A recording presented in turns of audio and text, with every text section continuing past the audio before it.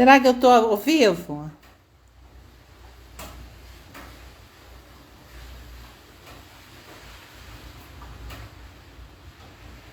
Não aparece.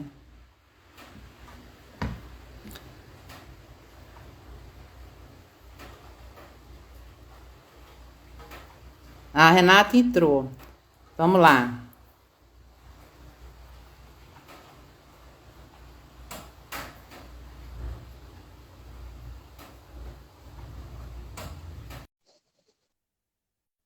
Deu certo?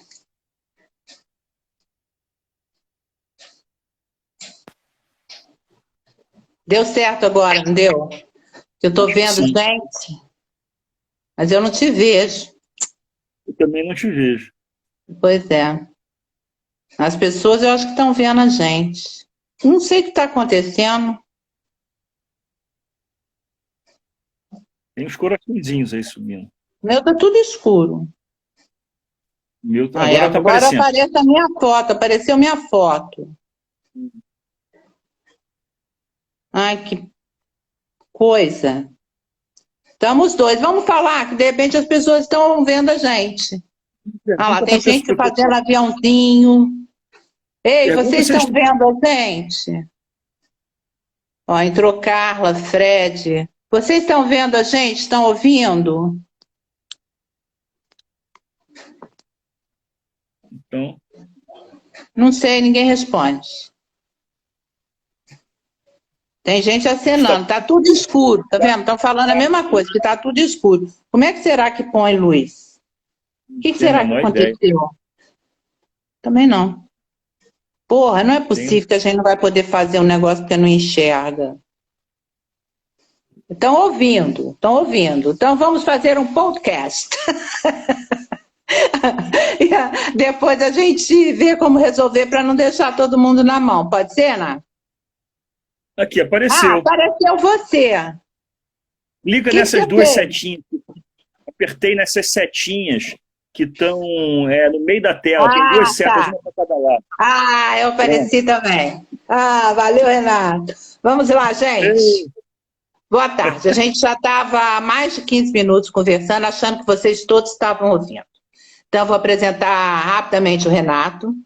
Renato Cabral Ramos é geólogo, é diretor da APG, que é a Associação dos Geólogos do Estado do Rio de Janeiro, professor na UFRJ, ele vai dizer depois as cadeiras, e conselheiro no Clube de Engenharia.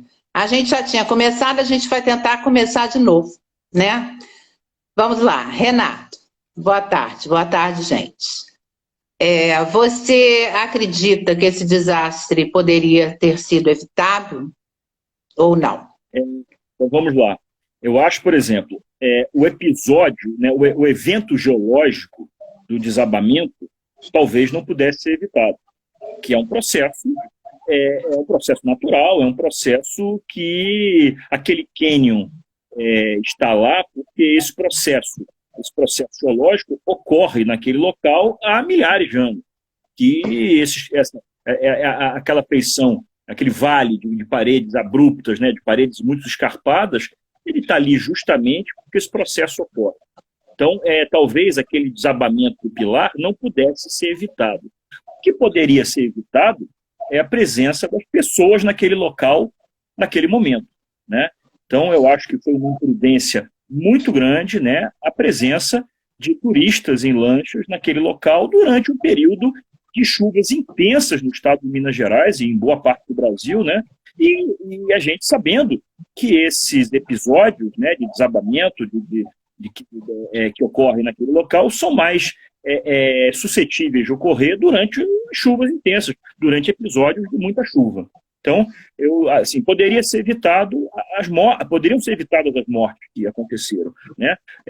As pessoas não poderiam, mesmo que estivessem lá, não poderiam estar tão próximas daquelas cartas num período de chuvas como aquele. Então, foi um jogo de erros. É que nem desastre avião, né?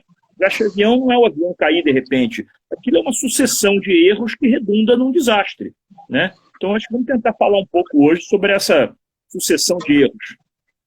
Me diz uma coisa, e quem poderia proibir? Como proibir?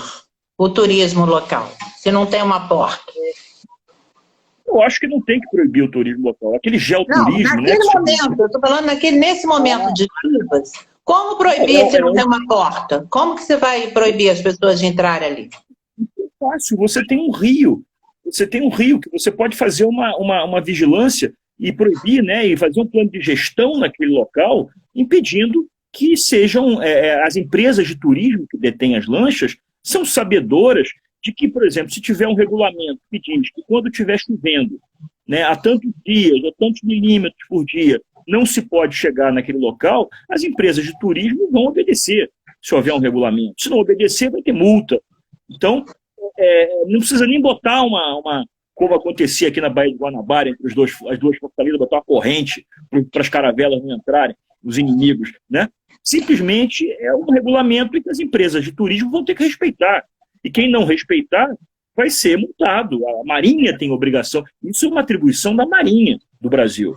Né? Isso eu queria saber. Porque será que existe alguma norma, que existe alguma regra para o local, ou agora eles vão, depois dessa catástrofe, eles vão estabelecer? Eu acho que não havia regra nenhuma, Yara. Eu mandei para você a fotografia de 2014, né, que a gente estava comentando, que é uma fotografia, para quem não viu essa fotografia, aquela enseada ali que tem a cachoeira e próximo do local do acidente, né? Coberta de barco, você não vê a água, tanto barco com gente em cima que tem. Ou seja, esse tipo de turismo predatório, de turismo descontrolado, mostra que não tem regulamento nenhum, né, que não havia nenhum tipo de regulamento. Né? As empresas de turismo entupiam aquilo de gente, né, a ponto de não ter nem água para tomar banho ali, porque tinha tanta lancha uma encostada na outra, naquele momento, devia ser um dia de sol bonito e tal. Né? Então, eu acho que, infelizmente, como sempre, né, depois da tragédia, vem a regulamentação. Precisa morrer 10 pessoas. Né? Por exemplo, naquelas cavernas lá de Altinópolis, em São Paulo, onde morreram 10 bombeiros civis que foram dormir na caverna durante chuvas intensas. O teto da caverna desabou, matou 10 pessoas, 9 pessoas, se não me engano, 10. Né? Então, provavelmente agora a prefeitura de Altinópolis vai fazer uma tentativa de regulamento para impedir que as pessoas entrem em períodos de chuva. Então, precisou ter uma tragédia para acontecer isso. Né? Deixa eu citar algumas pessoas aqui.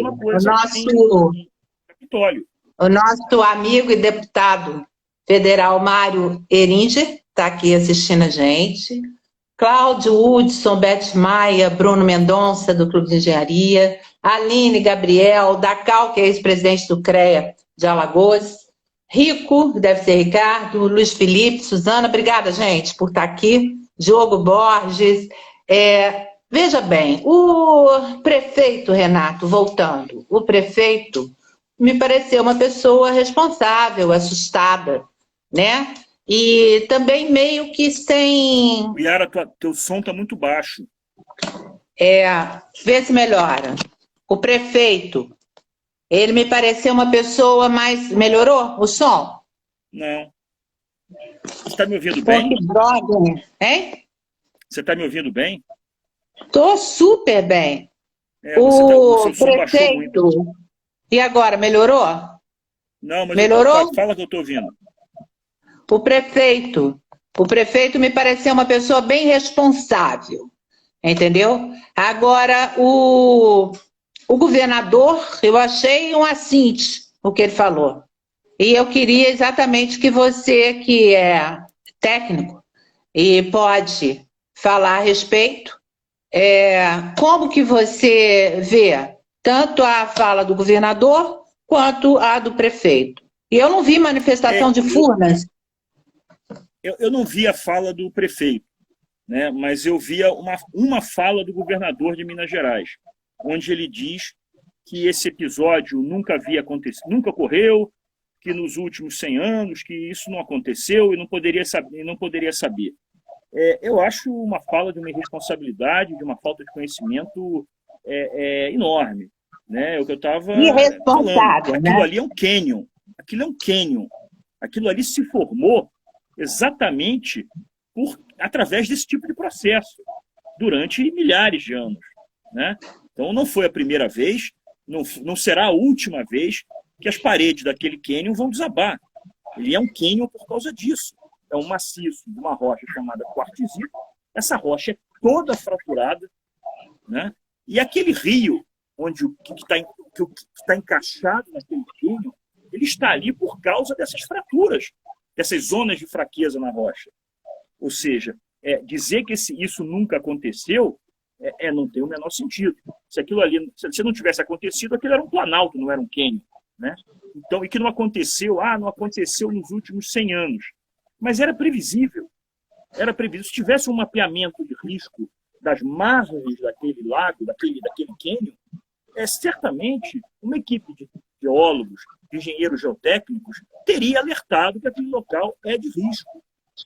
Né? Houve uma fotografia que circulou de uma fratura aberta que a pessoa teria tirado em 2012 naquele local. Eu não sei se é exatamente o local que houve o desabamento, não dá para identificar. Mas é uma fratura vertical, aberta, né? E, se não é no local, a fratura que provocou o acidente é muito parecida com aquela. Então, é uma coisa que com um mapeamento de risco, um mapeamento geológico de risco, você identificaria facilmente, né, locais onde não deveriam as pessoas ficar próximas.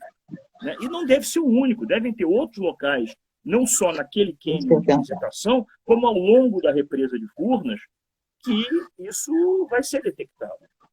Talvez ao longo do Brasil, né? Porque eu acho que, eu não sei se a nível Brasil, se há esse mapeamento, se há essa fiscalização, se existem regras, porque aí eu acredito que as regras deveriam vir do nacional, não? Não seria a nível da Marinha, não? Não, eu acho que cada um tem a sua atribuição. A Marinha teria uma atribuição, que é a atribuição dela de regular a questão de navegação, da segurança dos barcos, de você, por exemplo, não poder chegar perto da margem. Isso é o que está dentro. O que está dentro d'água é da Marinha, em termos de navegação. A prefeitura deveria regular a capacidade de suporte daquele lago para impedir, por exemplo, essa cena que a gente descreveu de milhares, de centenas de barcos ali. Né? Isso era a prefeitura é que regulamenta o turismo naquele local. A prefeitura é que dá o alvará de funcionamento para a empresa de turismo. Mas será que existe alvará? Levar as pessoas ali. Então, a Mas será que existe deveria alvará? ser responsável pelo regulamento de capacidade de suporte. Só pode entrar por dia tantas lanchas, com tantas pessoas. Não, mais que isso, não pode. Né? Você não pode chegar próximo da margem. Então, deveria ter esse tipo de fiscalização. Furnas deveria atuar nisso aí. Furnas, ela é, afinal de contas, a criadora daquele lago. Né? Aquele cânion, até os anos 50, era um rio passava lá embaixo, né? Ele era encaixadão, totalmente diferente. Com a construção da represa de Furnas, formou-se o lago, o Mar de Minas, né? E inundou aquele cânion. Ou seja, parte, isso vai ter que ser estudado ainda, parte da responsabilidade da causa desse episódio, dessa queda desse bloco de rocha, pode ter sido causada pela elevação da água do reservatório, que começou também a enfraquecer a rocha na base, aumentar o intemperismo, a erosão, penetrar água nas fraturas, aumentar a pressão hidrostática naquelas fraturas. Ou seja, pode ser que esse reservatório, que se formou há mais ou menos 60 anos, esteja influenciando o enfraquecimento desses maciços. Né? Pode ser que talvez no primeiro episódio que aconteceu, 60 anos depois, os fenômenos geológicos eles têm um tempo mais largo, não acontecem assim de uma hora para outra. Então, talvez a própria preenchimento do reservatório de Furnas, isso vai ter que ser estudado, tenha influenciado esse episódio.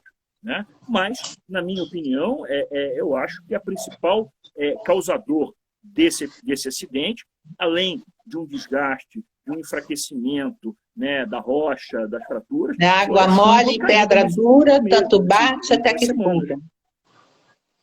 Já tem muitos elogios aí. Vamos lá, deixa eu agradecer mais algumas presenças. Jair, João, Fernando Lima, que é presidente da Sobis Rio, também conselheiro no clube.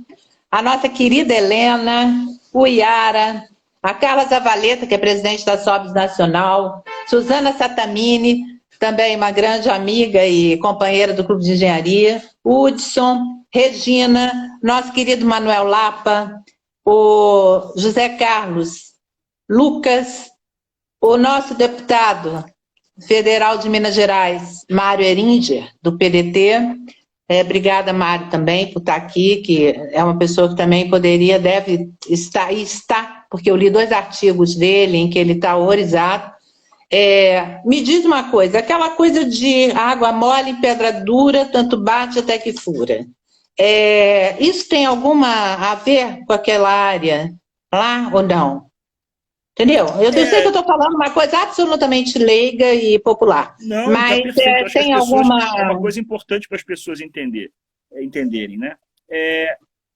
De certa forma, é uma analogia interessante, né? Porque, afinal de contas, quem provocou esse fenômeno foi afinal de contas, a água, né?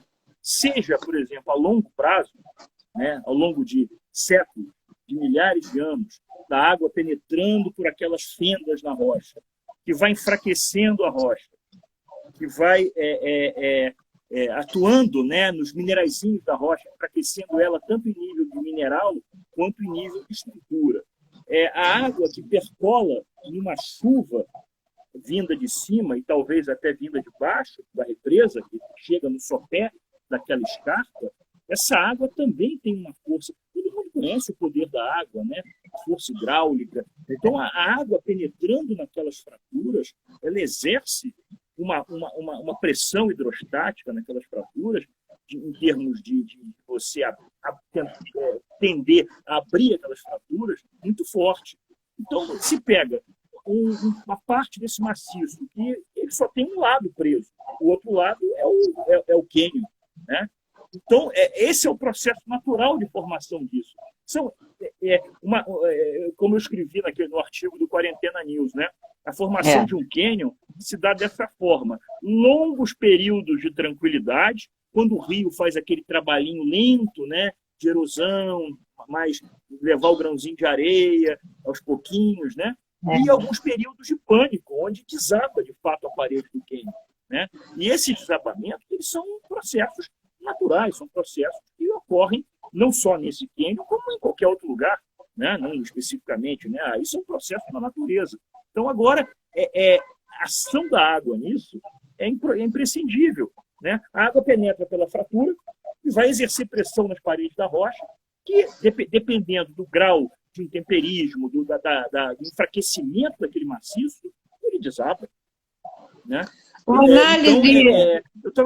Eu estava comentando com você, o Iara, antes da gente começar, né? Eu estava batendo um papo com o meu mestre, né? Fábio Reininger Araújo, geólogo, hoje está aposentado, mas trabalhou muito nessa área de geologia e de engenharia, e ele me alertou, né, que nos anos 70, Furnas teve um problema, um problema desses, um pedaço do cânion, né, próximo ali à barragem de Furnas, ele apresentou com o levantamento da represa, esse pedaço, essa parede do cânion, muito maior do que essa que aconteceu no sábado, ameaçou escorregar para dentro do lago, esse formado.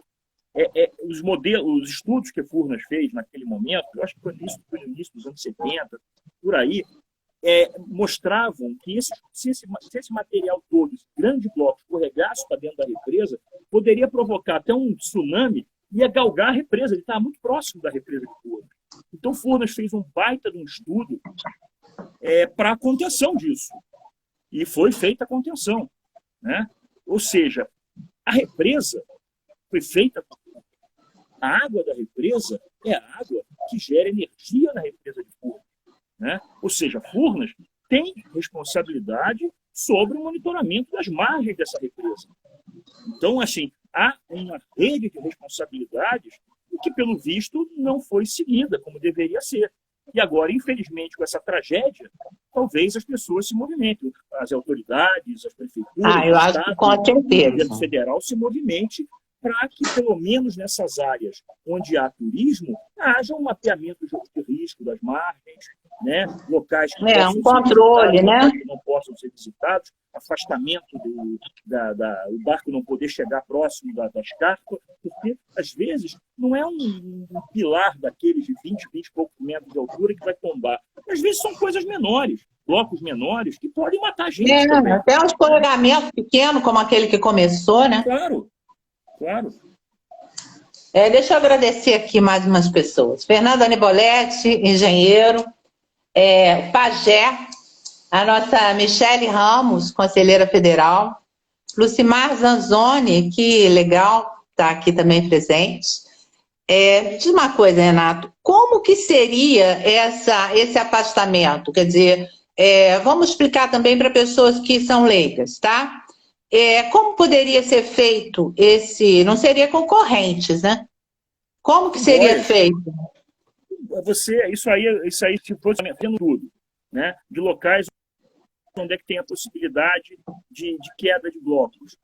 Se faria um estudo, né, do alcance desses blocos, né? Por exemplo, desde tombamento de pilares, né? Isso aí teria que ter sido um afastamento maior, mas a queda de blocos menores, até onde eles chegariam. Isso seria facilmente feito através de boias, né? De um cordão com boias, onde as embarcações não poderiam passar daquele local. Nem tão caro é isso, né? Então, mas para isso ser feito, você tem que fazer um mapeamento de riscos nas margens desse cânion, de áreas que possam ser seguras, de áreas que são menos seguras e de áreas que são muito arriscadas, que, inclusive, poderiam ter estudos, por exemplo, se fosse detectado nesse local um outro setor onde tivesse suscetível a esse tipo de acidente, inclusive, ou ser desmontado, né, derrubar isso, ou fixar, dependendo de ser feito em outros lugares do mundo. Na América do Norte, em locais, por exemplo, de escarpas muito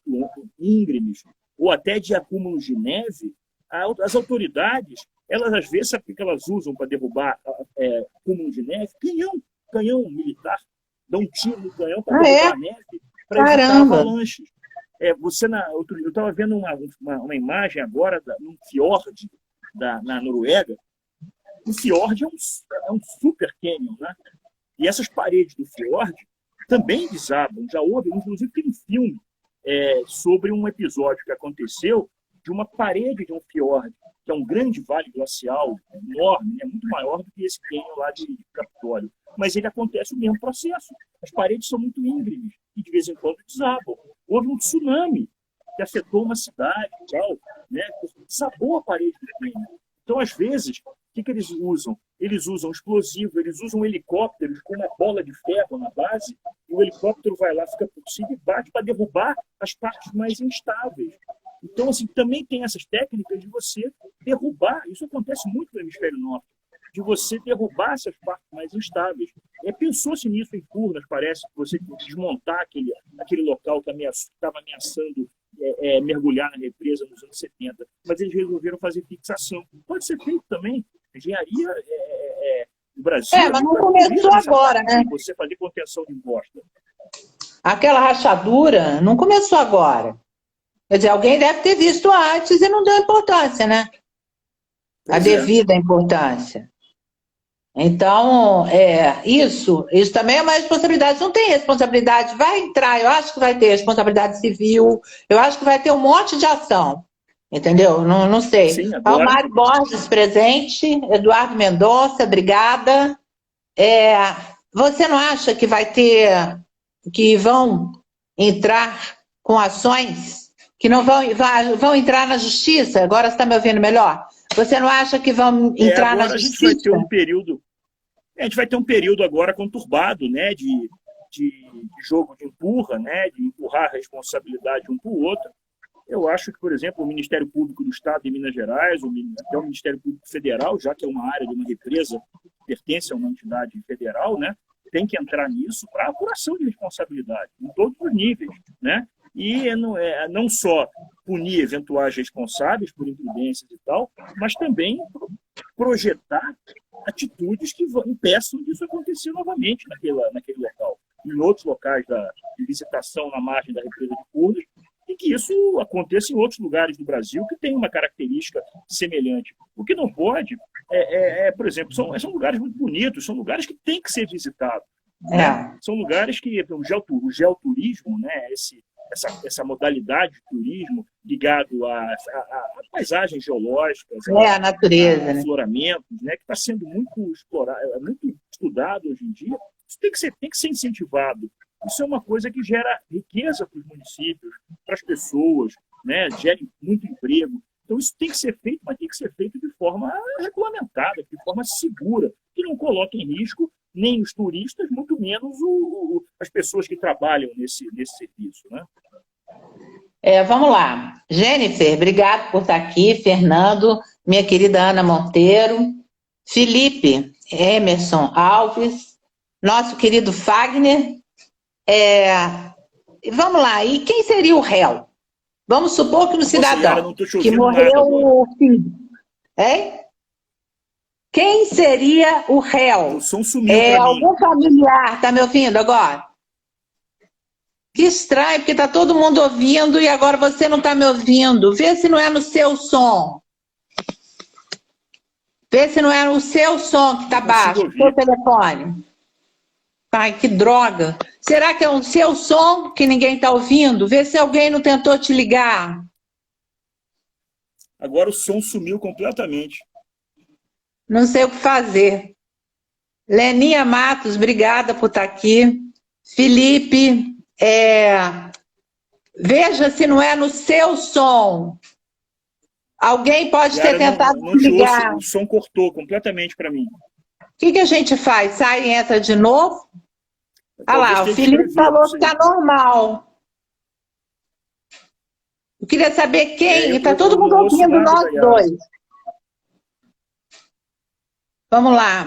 O som está normal. Yara, eu vou tentar sair e voltar de novo. Tá? Isso, faz isso, por favor. Sair e voltar de novo.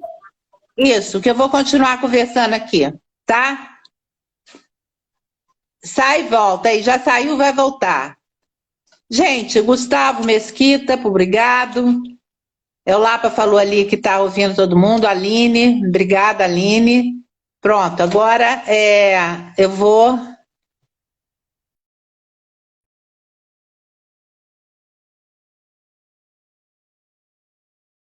Entrou de novo.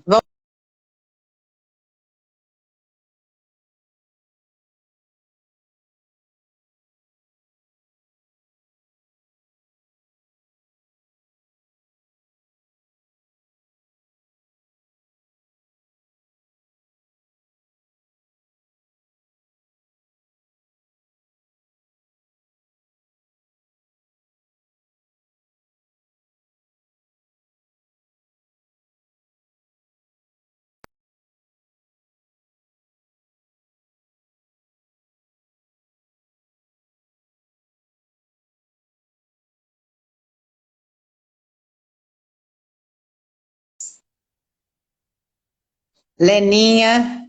Não, o Renato não está, ele não está entrando, ele está entrando numa outra. Marcos Macai, que fala. Ângela Soares. Oi, Ângela. Herbert Lima. Como é que eu chamo, hein? É no mais? Não, no mais eu não tenho pedido. É nesse bonequinho, né? Que eu vou chamar o Renato, mas ele não para de querer entrar.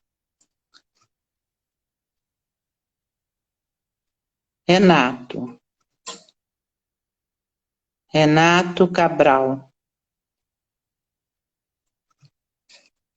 Gente, que coisa difícil. Porra, nunca deu dificuldade. Preciso convidar o Renato para participar. Continuo sozinha, né? Eu não entendo nada disso, então não dá nem para eu... Renato Cabral. E o Renato é fera, né? Tem uma didática fenomenal. Vai embora não, tá? Que eu vou tentar aqui. Ver se eu consigo chamar o Renato.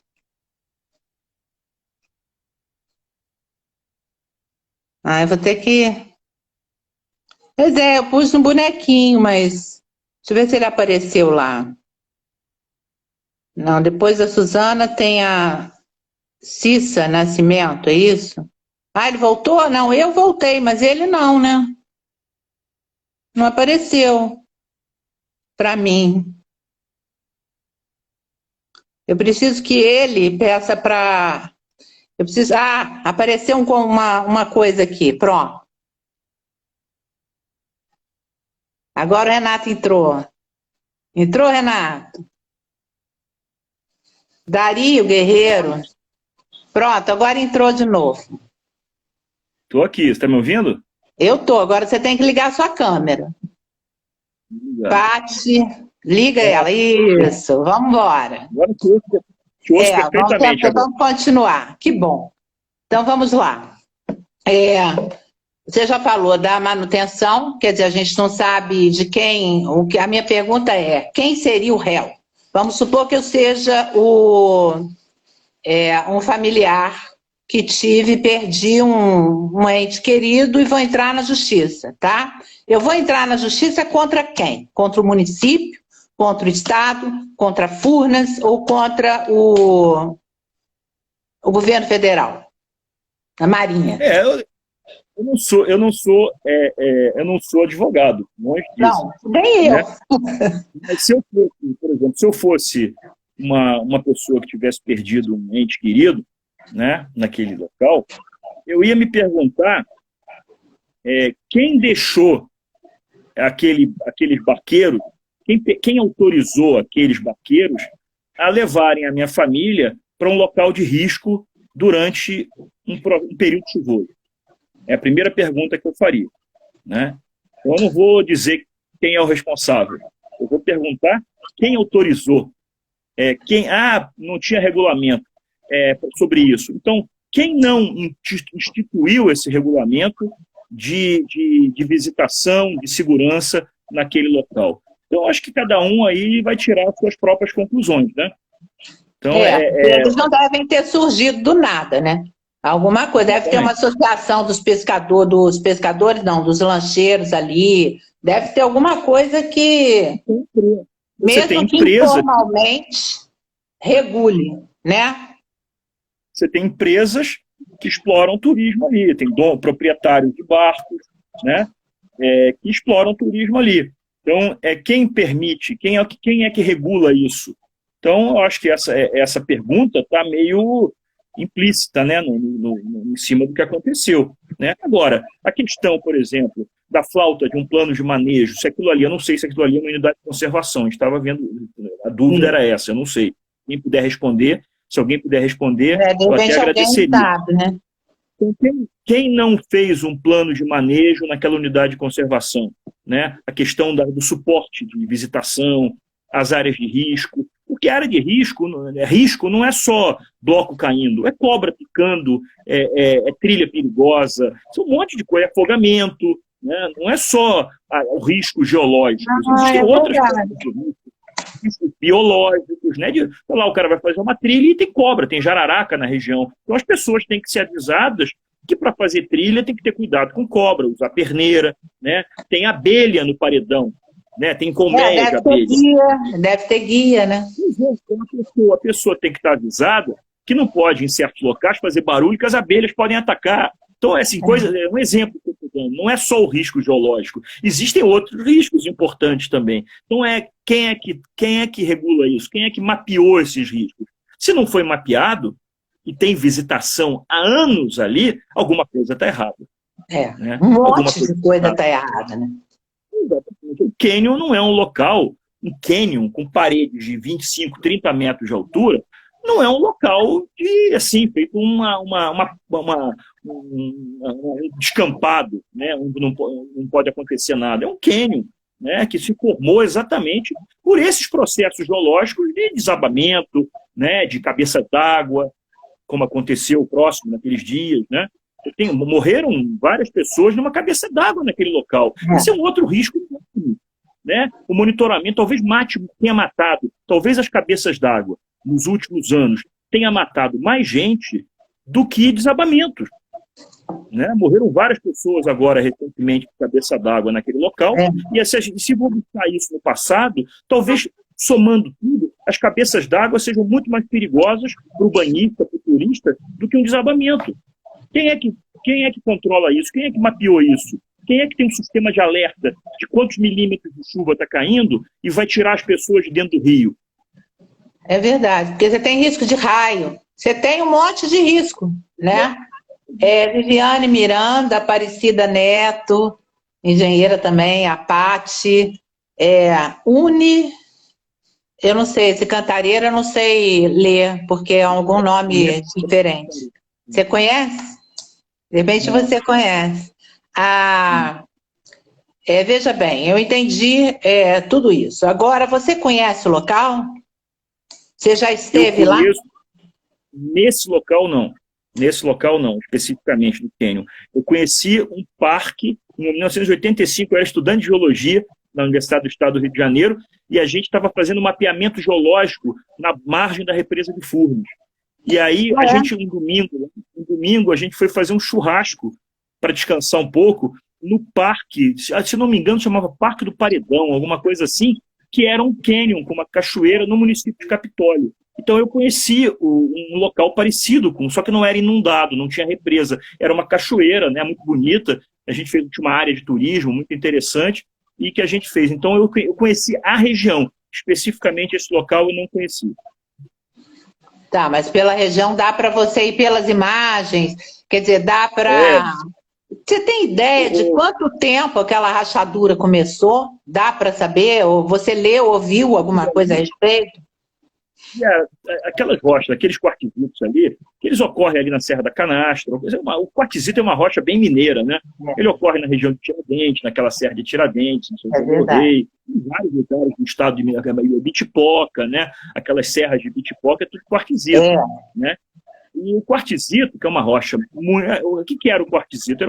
Eram areias, né? Há centenas de milhões de anos atrás, que foram soterradas, foram metamorfizadas, ou seja, foram transformadas, modificadas através de pressão e temperatura, os grãozinhos se recristalizaram, se tornaram, né?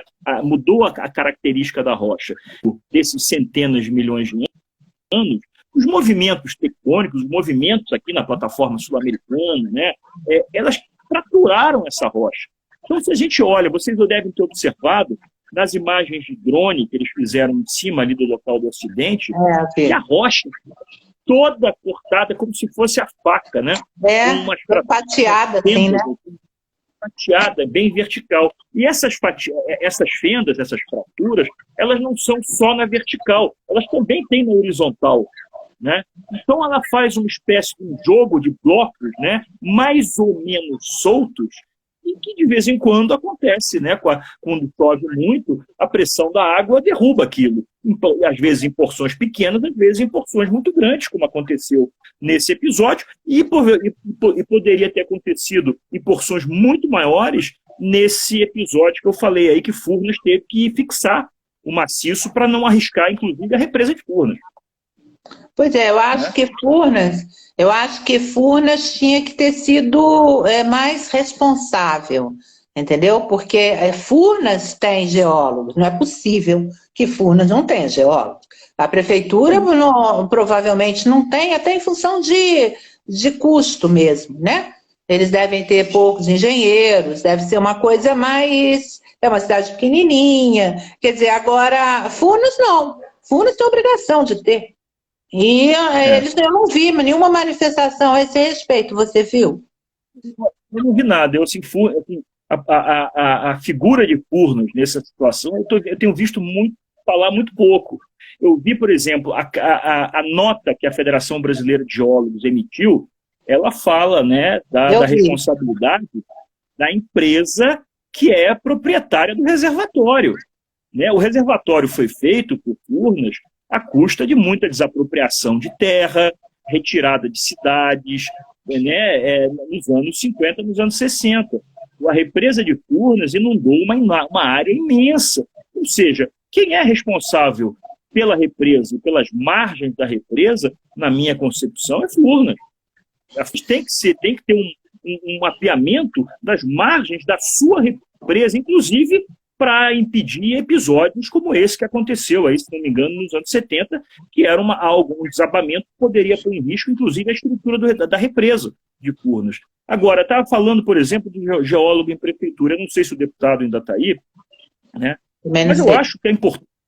A gente está vendo aí nos últimos anos, né, a quantidade desses episódios, desses processos geológicos que têm causado morte no Brasil e a importância de ter geólogos nas prefeituras, né? Então, se a prefeitura é pequena e não tem dinheiro para ter um geólogo próprio, que faça um consórcio com prefeituras próximas, né, e que esse geólogo atue em vários municípios, alguns municípios, mas eu acho que é imprescindível a figura do geólogo nas prefeituras, para a questão de problemas de encosta, de planejamento territorial, de construções irregulares, de vazão de área de preservação permanente, de questão de problemas de encosta, ou seja, toda a gama de serviços, né, que um geólogo tem um olho muito mais apurado. Por exemplo, um geólogo teria talvez um olho treinado para ver que aquele maciço rochoso estava instável. Talvez obviamente que a prefeitura não ia ter recursos para fazer aquela obra, mas o geólogo poderia alertar as autoridades estaduais, as autoridades federais daquele episódio, poderia falar, essa área aqui está impedida, está restrita, ninguém pode chegar perto, até que se seja feita uma obra nesse local. Então, assim, a presença do geólogo nas prefeituras é algo que deveria ser obrigatório. As prefeituras deveriam ter geólogos vinculados. Se não é uma prefeitura não ter condição de fazer, que se alie a outras prefeituras através de consórcios para contratar geólogos para fazer esse tipo de serviço que salva vidas. O engenheiro geotécnico também, o geógrafo também, eu acho que é uma fiscalização multidisciplinar. Eu acho que não é uma fiscalização específica. Então, talvez sei lá, não sei se é utópico, mas um concurso que envolvesse a fiscalização de vários municípios, poderia cada município ter um concurso para um profissional, mas teria que ter uma equipe multidisciplinar para acompanhar a área, né?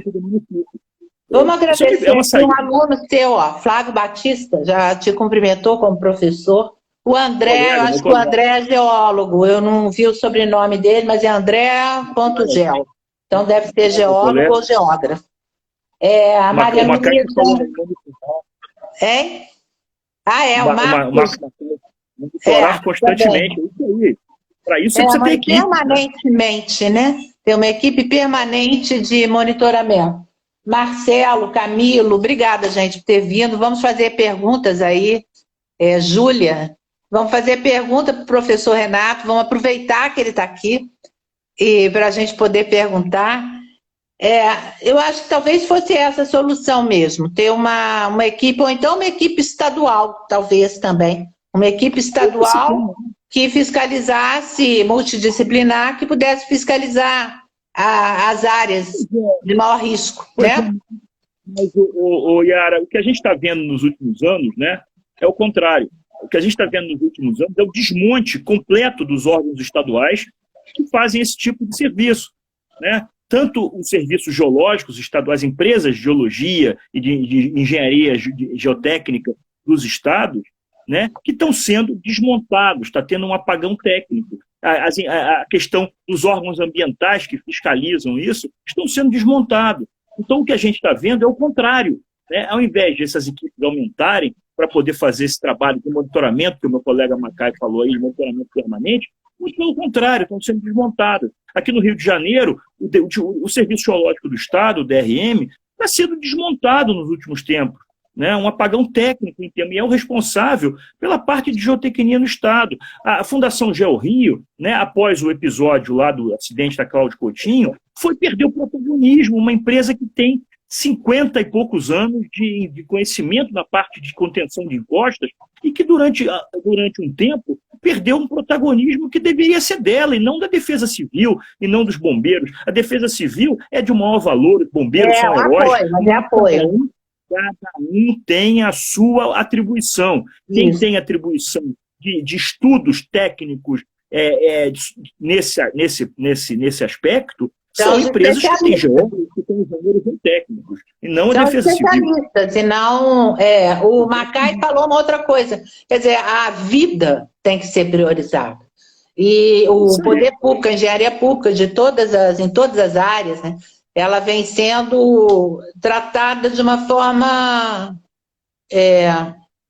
de pouco valor, né? Não sei como dizer, qual palavra seria adequada, mas não está sendo. A GeoRio, por exemplo, no caso da Niemeyer, também não houve uma fiscalização adequada. Quer dizer, eu sei que é uma coisa completamente diferente, porque foi uma obra feita, não foi da natureza, mas também tinha que ter sido fiscalizado, o projeto ter sido feito adequadamente. Então, eu acho que existe uma desmobilização, como você falou, em todas as áreas que envolvem a engenharia pública, a fiscalização federal, estadual e municipal. Quer dizer, no fundo, querem privatizar tudo, né? Não querem mais fazer concursos. O Rio de Janeiro não faz concursos há, sei lá, mais de 20 anos. Então, a equipe da GeoRio é uma equipe envelhecida, é uma equipe com pouca gente, o DRM mais ainda. Então, eu estou falando do meu estado, eu não conheço a realidade dos outros estados, mas tem outros estados que terminaram com suas empresas de geologia, né? Que acabaram, Rio Grande do Sul, Paraná, se não me engano, acabaram. Ou seja, o desmonte é deliberado, e esse desmonte é em todos os aspectos da vida nacional. Ou seja, esse desmonte deliberado que está acontecendo por motivos torpes de entregar esse tipo de iniciativa, esse tipo de atividade a empresas privadas que teriam capacidade de fazer a transmissão pública, inclusive de contratar empresas privadas para fazer esse tipo de serviço, isso vai piorar. Isso vai piorar. Ou seja, a gente precisa de tragédias feitas essas para dar uma alertar as pessoas. Para dar alguma visibilidade, né, ao problema. Eu acho que tem que a engenharia, e aí eu falo a engenharia envolvendo a engenharia, as geociências, a agronomia, quer dizer, o Conselho de Engenharia também é importante para lutar, mas as associações têm que se unir. O Clube de Engenharia tem um papel fundamental, porque o clube envolve todas as profissões da área tecnológica. Então, e é nacional, quer dizer, a primeira entidade e a mais antiga entidade em atividade na América Latina, quer dizer, ela pode congregar as outras entidades para a gente fazer um trabalho coletivo, porque eu acho que esse trabalho tem que ser nacional, não é um trabalho focado no estadual e pós-desastres e tragédias e catástrofes, né? Tem que ser permanente, como o Macai falou, inclusive. Iniciativas não podem ser movidas a catástrofe, né? Essas coisas têm que ser permanentes, não podem ser movidas a sucessivas catástrofes, né? Que a gente depois que está feito o problema, depois que cai, aí que tomam alguma... Hoje, se não me engano, é feriado em Teresópolis, se não me engano, por conta daquela de 2011, tragédia de 2011. Pois é. Então, ano passado fez 10 anos da grande tragédia de Friburgo, Teresópolis, Petrópolis, da região serrana. Aquilo ali foi fatalidade? Não foi fatalidade. Não. De modo nenhum. Né? O planejamento territorial, a ocupação de encosta, a ocupação das áreas de preservação permanente de margem de rio, vem sendo burlada há décadas por falta de controle da prefeitura, do Estado, né? E aconteceu essa tragédia, que morreram mais de 1.500 pessoas. Né? Depois eu acho que até pararam de contar. Tem gente que até hoje nunca foi encontrada, está debaixo dos entulhos lá, dos desabamentos. Então, assim, isso não é fatalidade. Não é fatalidade, como disse o governador de Minas. Né? Isso é um processo de forma alguma. Então, a gente não pode aceitar esse tipo de discurso de que esse tipo de coisa é fatalidade. Não é fatalidade. Esse episódio acontece a cada 100 anos? Sim, pode ser, porque o tempo da geologia é outro, mas ele é previsível. E ele pode ser ele pode ser identificado antes de acontecer através de mapeamentos, de estudos técnicos nessas áreas. E a natureza, ela é viva, né? Então, ela vai respondendo às ações também do homem. Então, toda essa, não só na parte geológica, mas em tudo que envolve a natureza, né? Eu acho que esse descaso para com a natureza é cultural. Eu acho que não é só, a responsabilidade também não é só dos governos. Eu acho que a responsabilidade também é nossa. A gente tinha que ter uma ação mais proativa. Seja as associações de moradores, sejam as associações, enfim, a sociedade civil, de uma forma geral, também tem que cobrar, porque senão não vai acontecer com essa terceirização e até nem só a terceirização, né? Porque a terceirização, por exemplo, Teresópolis, se deu depois da catástrofe, tem a licitação, porque aí era o caos. Então, precisava agir rapidamente. Isso também está errado, porque se tivesse vindo, né, sendo fiscalizado, aquilo não seria evitável. Até porque as chuvas estão aí, né? Todo mundo sabe que todo verão chove. Quer dizer, a nível Brasil, neste ano, a chuva tem castigado o Brasil inteiro, né? A gente olha, vê no Jornal Nacional, a gente vê que é o Brasil inteiro. Quer dizer, tem a faixa vermelha que passa pelo centro do Brasil, só tem alguns estados no Nordeste que não está chovendo, alguns.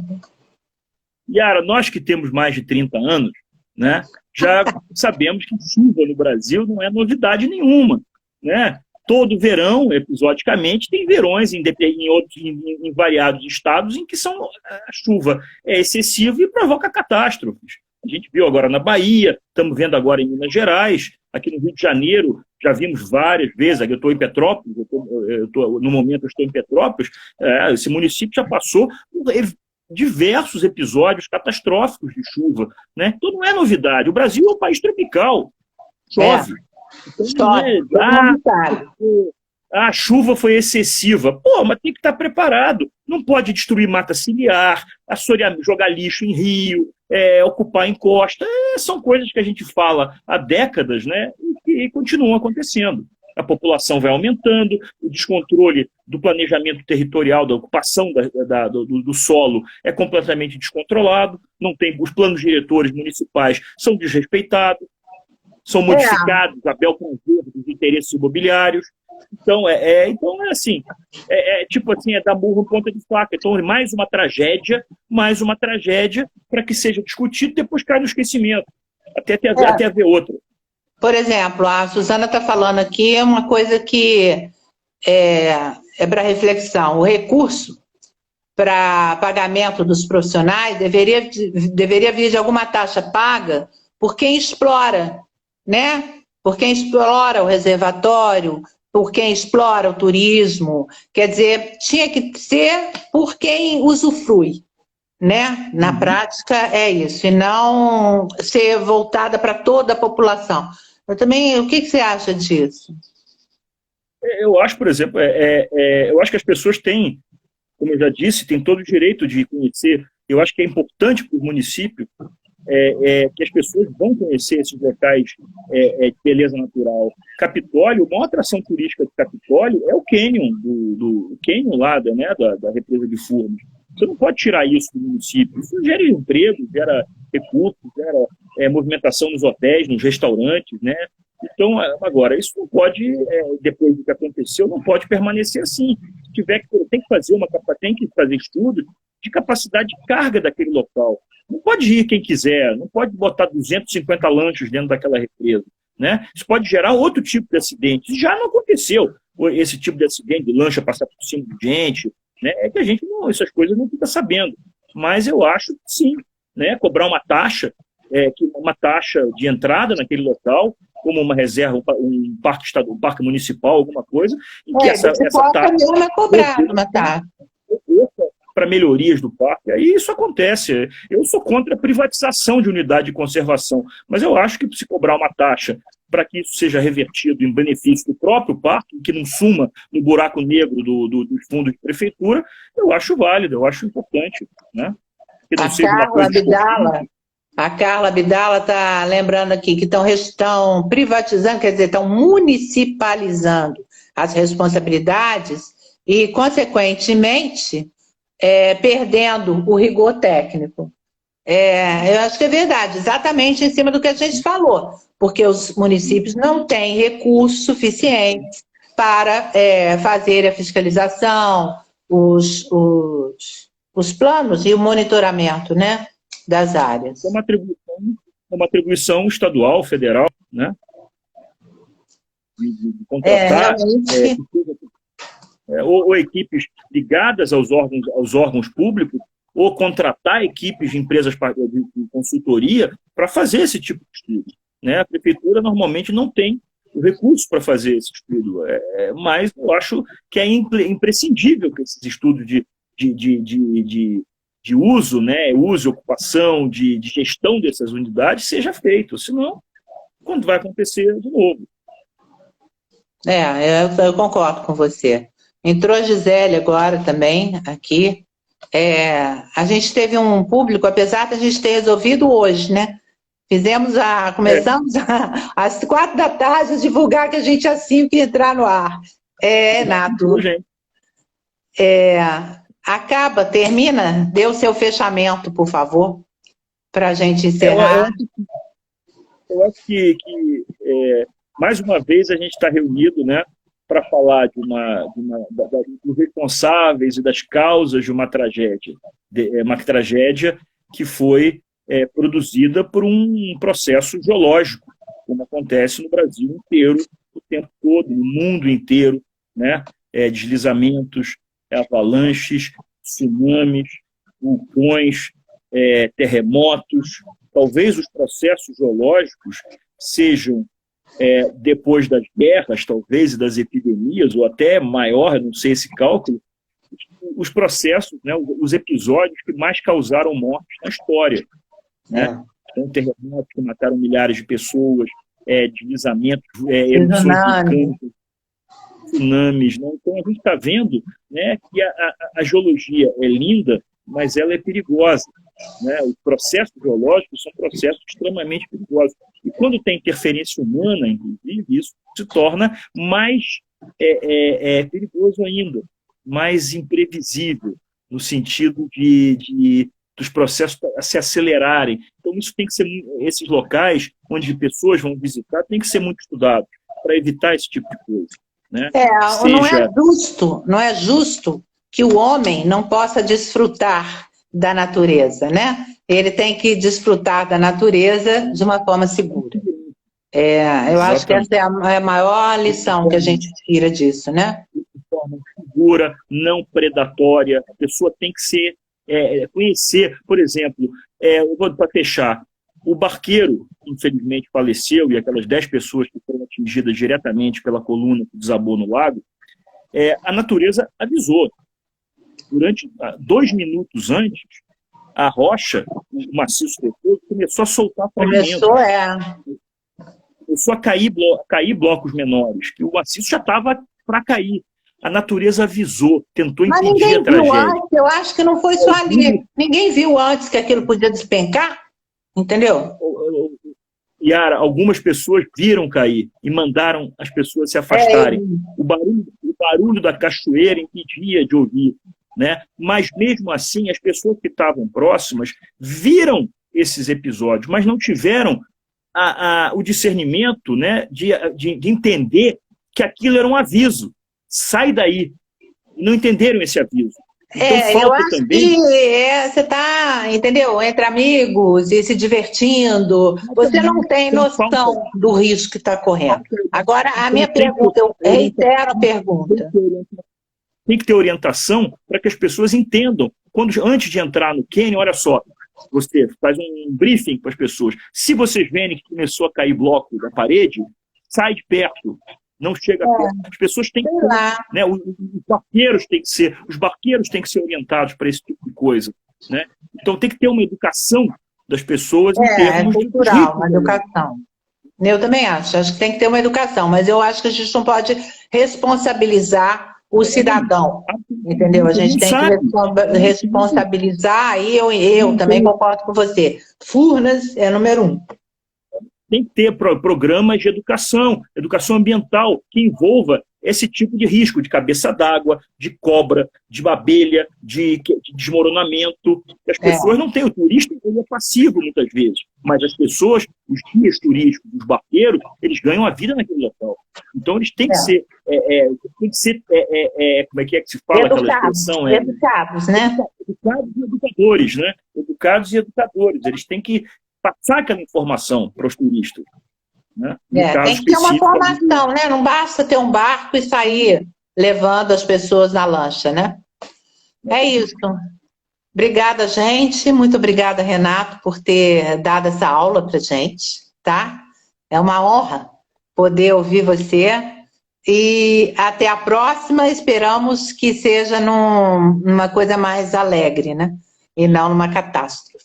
Tá bom? Obrigadão. Tchau, gente. Obrigada, tá? Até a próxima.